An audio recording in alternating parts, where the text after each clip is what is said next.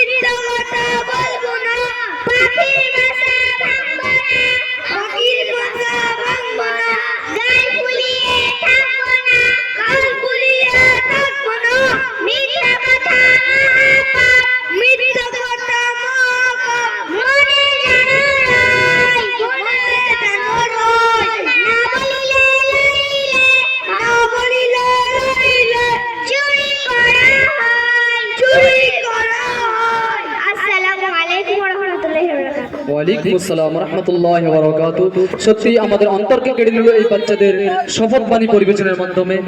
এরা দেখে তো মনে হচ্ছে একদম